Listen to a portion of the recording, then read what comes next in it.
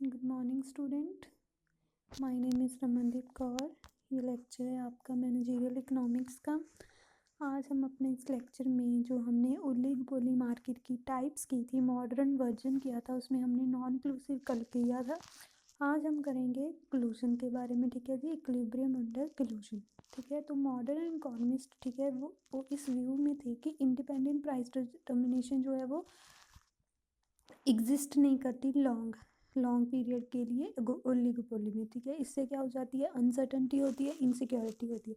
तो इस चीज़ को रिमूव करने के लिए वहाँ पर क्या है, ओलिगोपोलिस्ट ने एक कलेक्टिवली कोलूजन के अकॉर्डिंग काम किया। ठीक है, इन एडिशन इसमें क्या था कि फर्म जो है इकोनॉमीज ऑफ प्रोडक्शन गेन करती है। तो सारी फर्म्स ओलिगोपोली में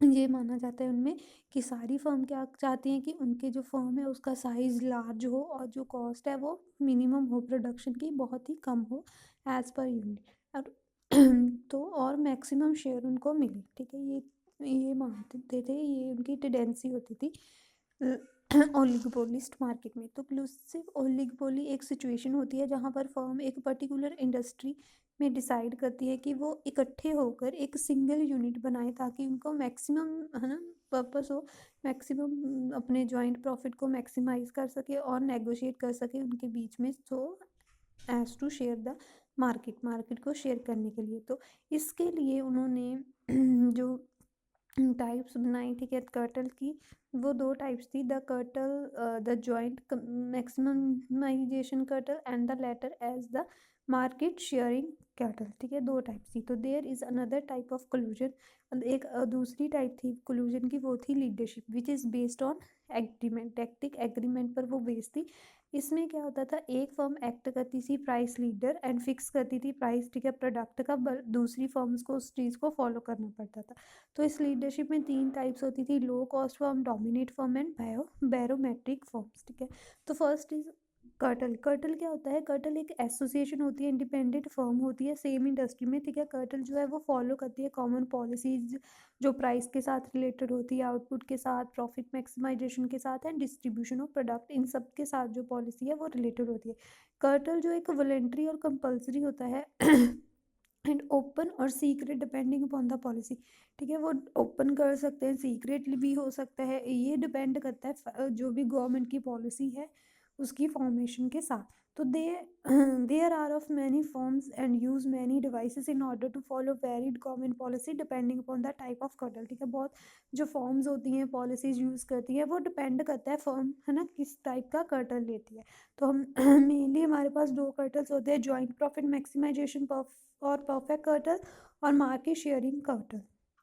ठीक है, तो जॉइंट प्रॉफिट मैक्सिमाइजेशन कर्टल और परफेक्ट कर्टल क्या होता है, the uncertainty is found in oligopoly market which provide an incentive. ठीक है, एक अनसर्टेनिटी फाउंड होती है ओलिगोपोली मार्केट में जो प्रोवाइड करते हैं इंसेंटिव जो हमारे राइवल होते हैं, तो वो एक परफेक्ट कर्टल बनाते हैं। परफेक्ट कर्टल एक एक्सट्रीम होती है, परफेक्ट कोलूजन की एक्सट्रीम फॉर्म होती है। इसमें क्या होता है कि प्रोड्यूस करते हैं होमोजीनियस प्रोडक्ट, फॉर्म एक सेंट्रलाइज्ड सेंट्रल बोर्ड इंडस्ट्री को फॉर्म करते हैं, होमोजीनियस प्रोडक्ट होते हैं। तो जो इंडिविजुअल फॉर्म होती है वो अपना प्राइस आउटपुट जो है वो इस बोर्ड को सरेंडर कर देती है, सरेंडर मीन समर्पित कर देती है उस चीज़ को। तो the board determine of its member for its member the output quarters and price to be charge. ठीक है, तो जो बोर्ड है वो डिटर्मिन करती है अपने मेंबर के लिए कि कौन सी उन्होंने आउटपुट डिटर्मिन करनी है, कौन सा प्राइस जो है उन्होंने चार्ज करना है और डिस्ट्रीब्यूशन कैसे करना है इंडस्ट्री के प्रॉफिट को। तो जो सेंट्रल बोर्ड है वो एक्ट करती है एक सिंगल मोनोपली की तरह, जिसका मेन एम यही होता है कि उन्होंने जॉइंट प्रॉफिट को मैक्सिमाइज करना है जो ओलिगोपोली इंडस्ट्री में आते हैं। ठीक है, तो अजम्पशन इसकी क्या है, फर्स्ट है कि यहाँ पर दो ही फॉर्म होती है, ए और बी, ये ज्यूम्ड किया जाता है। ठीक है जी, in the oligopoly that form the cartel, जो कर्टल को फॉर्म करती है वहाँ दो ही फर्म होती है। तो हर एक फर्म जो है वो सेल करती है, प्रोड्यूस करती है होमोजेनियस प्रोडक्ट जो परफेक्ट सब्सिट्यूट होता है एक दूसरे का। तो जो मार्केट डिमांड कब होती है प्रोडक्ट की, इस गिवन, वो गिवन दी जाती है।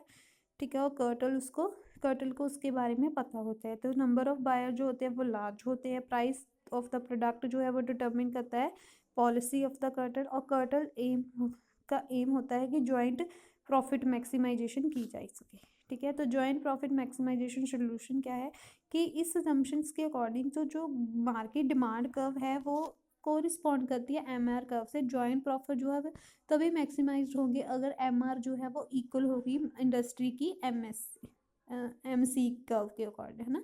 मीन्स के market cost sorry marginal cost के इक्वल होगी, ठीक है। तो फिगर शो करती है यहाँ पर D जो है वो मार्केट डिमांड कर्व है और MR जो है वो उसकी कोरिस्पॉन्डिंग मार्जिनल रेवेन्यू कर्व है, ठीक है। ये देखिए ये डायग्राम में दिया है, ये D है डिमांड कर्व है और जो MR है जो मार्जिनल रेवेन्यू कर्व है, ठीक है। तो ये ठीक है। तो एग्रीगेट मार्जिनल कॉस्ट, ठीक है, ये जो मार्जिनल कॉस्ट जो कर्व है वो इन दोनों चीज़ों से एग्रीगेट, इन दोनों चीज़ों का टोटल है, ठीक है। Is drawn by the solution of M इसका फॉर्म A एंड B से हमने ड्रॉन की है, ठीक है। तो जो cartel solution that maximize joint profit is determined at point where the MC curve intersect इस पॉइंट पर, ठीक है। MC कर्व जो है वो इंटरसेक्ट कर रही है इंडस्ट्री MR कर्व को। तो टोटल आउटपुट जो होगी वो हमारी होगी OQ which will be sold at price OP, ठीक है। OP प्राइस होगा और OQ हमारी टोटल आउटपुट होगी, ठीक है। तो as under monopoly the cartel board will allocate the industry output by equating the industry MR to the marginal cost of each firm, ठीक है जी। मोनोपली कर्टल में क्या होता है कि बोर्ड जो है वो एलोकेट कर देती है इंडस्ट्री को आउटपुट दोनों MR को और जहाँ पर इक्वल होती है, ठीक है। तो the share of each firm in the industry output is obtained by drawing a straight line, ठीक है जी। ये स्ट्रेट लाइन जो है EQ, यहाँ पर मार्केट का शेयर हम डिटर्मिन करेंगे, ठीक है जी। पासिस जो है MC कर्व के थ्रू MC के ऊपर से जा रही है firm A and firm B की पॉइंट EN रिस्पेक्टिवली, ठीक है। तो जो शेयर होगा फर्म का A इज OQ, ए का जो है शेयर है वो OQA होगा एंड फर्म B का जो है OQB होगा शेयर, ठीक है। Market share which equal to the total output जो यहाँ टोटल OQ के इक्वल होगा। तो प्राइस जो होगा OP and the output OQ is distributed between A and B in the ratio OQA and OQB, ठीक है। इस रेशो में उनके बीच में जो भी प्राइस होगा, जो भी टोटल आउटपुट होगी, जो भी डिस्ट्रीब्यूशन होगा वो इस रेशो में होगा, ठीक है। तो firm A is the lower cost sell a large output OQ, ठीक है। अगर फर्म A की लोअर कॉस्ट है तो वो लार्ज आउटपुट सेल कर रही है और फर्म B की हायर कॉस्ट है सो वो क्या करेगी, ठीक है, उससे कम ही करेगी। बट इसका मतलब ये नहीं है कि A फर्म जो है उसको ज़्यादा प्रॉफिट मिल रहा है B के कंपैरेटिवली। तो जॉइंट मैक्सिमाइजेशन प्रॉफिट क्या होता है, सम ऑफ होता है। देखिए ये RSTBP है और ये ABCBP है, earned bye A and B respectively, ठीक है। ऐसा जॉइंट प्रॉफिट वो ले रही हैं। तो it will be pooled into a fund and distribute by the court board according to the agreement arrived by the two firms at the time of formation of the cartel, ठीक है।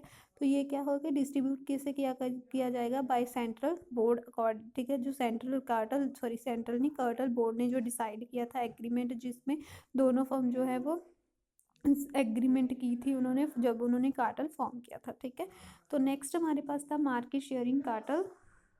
Another दूसरी type जो है perfect conclusion की वो है ओलिगोपोलिस market में in practice में अब उसको ही फॉलो किया जाता है मार्केट शेयर बाय उसके मेंबर जो कर्टल के हैं, ठीक है। तो वहाँ पर दो टाइप्स होती हैं मार्केट शेयरिंग की, non price competition and quota system, ठीक है। तो first is non price competition curtail.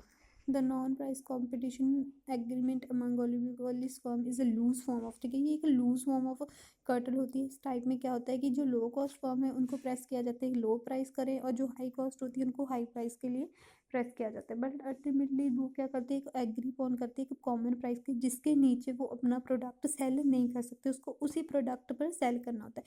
तो such price must allow them profit, तो वो जो प्राइस होता है उनको प्रॉफिट होते हैं उसके साथ। तो फर्म इसमें एक दूसरे के साथ compete करती हैं नॉन प्राइस बेसिस पर, ठीक है जी। कलर उनका कलर डिफरेंट हो गया, डिज़ाइन शेप पैकिंग ये सारी उनको डिफरेंट होगी तो देयर प्रोडक्ट, और उनकी different advertisement strategy selling activities होती है। Thus each firm share the market on अपनी मार्केट को शेयर करती है नॉन प्राइस बेसिस के ऊपर well selling the product at agreed common price. Next हमारे पास है market sharing by quota agreement. The second method जो होता है हमारे पास वो है क्वार्टा एग्रीमेंट अमंग फर्म्स। सारी फर्म ओलिगोपोलिस्ट इंडस्ट्री में एक कंक्लूजन में एंटर होती हैं for charging N agreed uniform price, ठीक है जी। एक कंक्लूजन में एंटर होती है जहाँ पर वो एक यूनिफॉर्म प्राइस पर एग्री करती हैं कि वो ये प्राइस चार्ज करेंगी, बट मेन एग्रीमेंट जो रिलेट करता है वो होता है sharing of the market equally. ठीक है जी। मेन एग्रीमेंट उनके बीच में क्या होता है कि उन्होंने मार्केट जो है वो इक्वली शेयर करनी है सारे मेंबर ने, तो ताकि उनको the firm gets profit on it sale, कि जब वो अपनी सेल करें तो उसको उन पर प्रॉफिट हो। ठीक है। तो ये था हमारा ओलिगोपोली का सारा कंसेप्ट। इसके साथ ही हमारा ये सारा टॉपिक ख़त्म होता है ओलिगोपोली मार्केट का। नेक्स्ट लेक्चर में हम अपना जो आपका प्राइस लीडरशिप मॉडल है उसके बारे में मैं आपको कराऊंगी। ठीक है। अगर आपको इस टॉपिक में कोई प्रॉब्लम होगी तो आपने मेरे से क्लियर करवा लेना है। Thank you class.